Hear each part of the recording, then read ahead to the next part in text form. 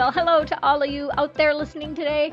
I'm Wanda Thibodeau, your host for 100% of today's episode of Faithful on the Clock, the podcast where all the ketchup on the french fries goes to get your faith and work aligned. If you've ever struggled with the concept of being productive, stick around because we're redefining what productivity means in a big way. Come on with me, because here we go.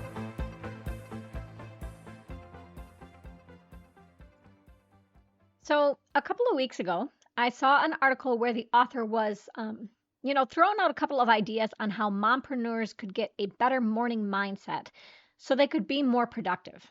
And dadpreneurs, I'll just say right off the bat, I see you too. I know there are a lot of guys out there running a business and taking care of the kids at the same time. So I don't want to look at this in terms of a gender thing. But what struck me about the article was that there was this undercurrent idea that it's not okay to just be, that you always have to be getting a result to have any real sense of worth. Like, you can't just be productive. You have to be more productive, and everything is always biggering.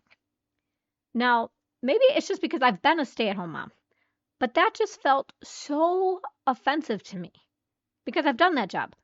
Like, I have had those mornings that start at 3 a.m. because the baby woke up and I'm, doing laundry, making breakfast, running errands, all of those things. And at the end of the day, I have done so much that I'm just exhausted. And like, I am doing things. I am knocking things off the home to-do list. Yet, somehow, compared to when I do my client work, somehow all of that isn't productive enough. Or if I'm trying to work and be a mom at the same time, the kids are somehow like this millstone that I've got to throw off or find a hack to get past to the quote unquote real work, which there for some reason needs to be more of. Like, really? But we do. At least in the United States, there is a bias that says that parents aren't productive when they do parenting work.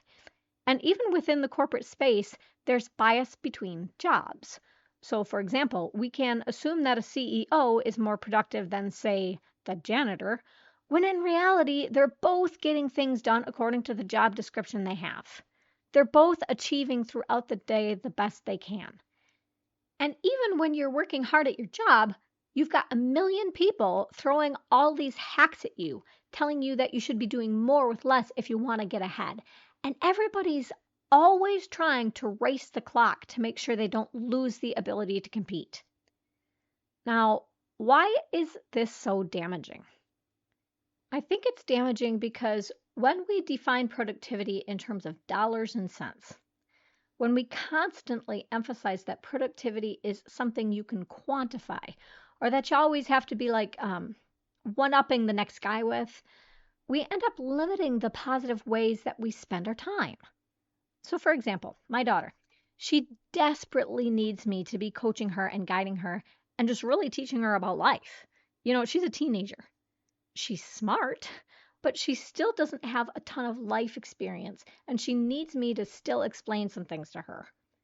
But if I constantly turn her down when she wants time with me, if I'm always saying, well, I can't because I've got work to do, I got to stay productive, what do you think that's going to do to her? You think she's going to develop the life skills she needs to get very far? I don't.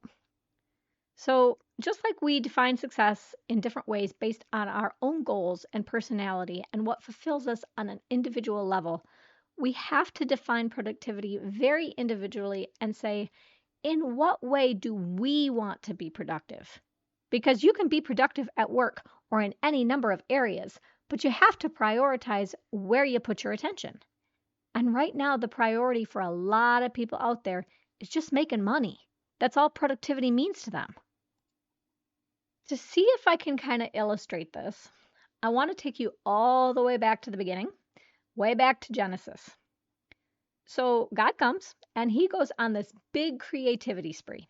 He makes the sky and the oceans and the birds and animals and everything on the planet. He puts that together, makes it work. And of course, he makes Adam and Eve. And I don't know about you, but I think that's some pretty darn productive time. I mean, he does all of these things in 6 days, right down to the little pipsqueak bug you barely notice by your face. But it's not like there were a bunch of managers or HR people checking his output. He didn't get paid for anything for this. And if you think it doesn't have value, if you think it wasn't productive enough, well, then would you honestly go to God right now and say, God, that time you spent on me, that didn't make any money. So I'm just going to tell you that that was pretty stupid. Like, honestly, would you go to him and say that? No. Why? Because on some level, you recognize that you have value. And in that same way, there are a lot of things that have value that are productive that we've been pushing aside like that. So, how then should we define productivity? I would like to suggest that we define it simply as working toward the completion of tasks. And I say working toward on purpose because so often life throws us curveballs despite our best efforts. And we have to know when to stop when we're ahead. Some ventures just don't pan out, and that's okay. And under this definition, it does not matter if those tasks are quantifiable. And in fact, I would argue that some of the most productive tasks cannot be measured in dollars and cents, but rather have to be assessed based on the influence they have on individuals or society. So that's looking at, are you improving yourself, other people, or what's around you? To me, productive time is always constructive. It's always going to build up. And that's not to say that you can't intentionally break down what exists to build something better, right? That's what we call creative or innovative destruction. It's what drives markets forward all the time. But productivity means improvement in some way, or at the very least, you're trying to get that improvement to happen. And sometimes, and every entrepreneur on the face of the planet will tell you this is true, sometimes you have to play the long game with productivity. Sometimes you don't see the end result you're looking for a long time. And part of being intelligent is being patient enough not to quit before you win. And I point that out because there will be people who tell you you're not being productive just because you don't have proof of concept yet or you're not getting a paycheck, right? They kind of look at you and think that if you got 99 cents, somehow you're nowhere near close to a dollar and that you shouldn't keep looking for the extra penny. So I just want to come back for a second to that idea of productivity being a matter of prioritization, because this is where we start getting into your goals relating to your values. And in my humble opinion, your values should always connect back to God and His commandments. They should always connect to His plan for your life, even as you understand that He might not give you the details of that plan all at once. So just stop for a second. What gifts do you have? What do you genuinely feel matters? And again, I'm not talking about what the boss says matters, or your mama, or your neighbor Chuck from down the street, okay? They can all tell you what they think you should do. But what do you think God wants you to do? I have people who suggest I should quit the podcast because it takes so much of my time, but it's productive. It's worth it for me to do because I understand that the purpose behind it is to help people understand God a little better and to make their work a little bit more bearable while they're on this earth. And that has value to me. So, I might not get a dime for any of this, but it's still wildly productive to me. So, my takeaway is this.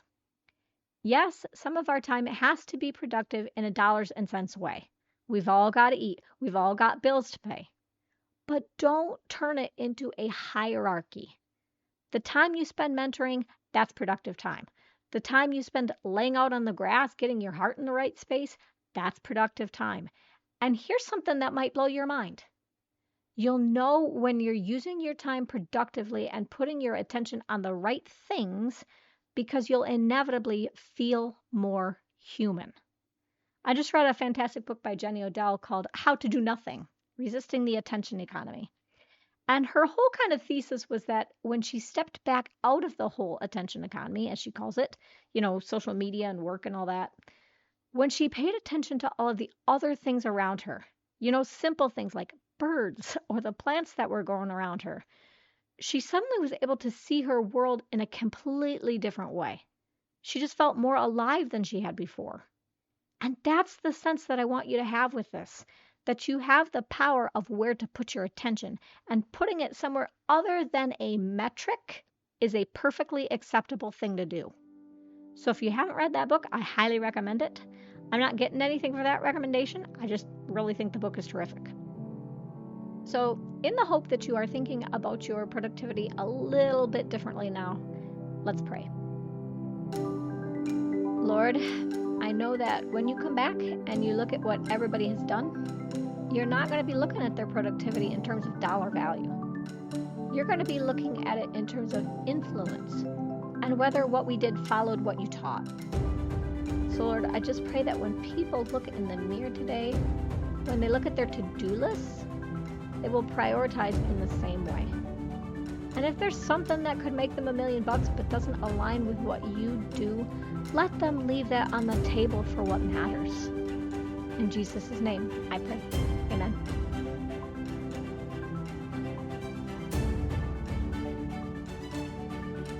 Well, all right, everybody. Those right there are my thoughts. If this episode has gotten you thinking, I'd like to invite you to support the show financially. Our podcast host, Captivate, has just released a brand new monetization system, so you can become a member for the show at faithfulontheclock.captivate.fm/support. You can become a member there or give a one-off tip. And those tips, if you're not quite sure if you're ready to commit to membership, that's a great way to just kind of stick your toe in the water a little bit. Next episode, I'll be talking about the idea of consistency in getting noticed. So if you just stick with it over time, is it really a guarantee that people eventually will pay attention to you? Find out in 2 weeks, everybody. And until next time, be blessed.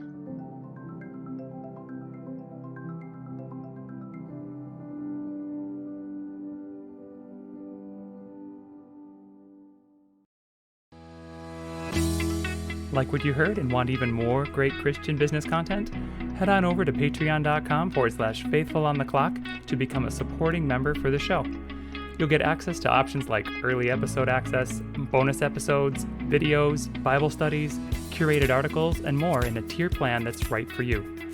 Show your support for this podcast, and remember, enormous change can start with you.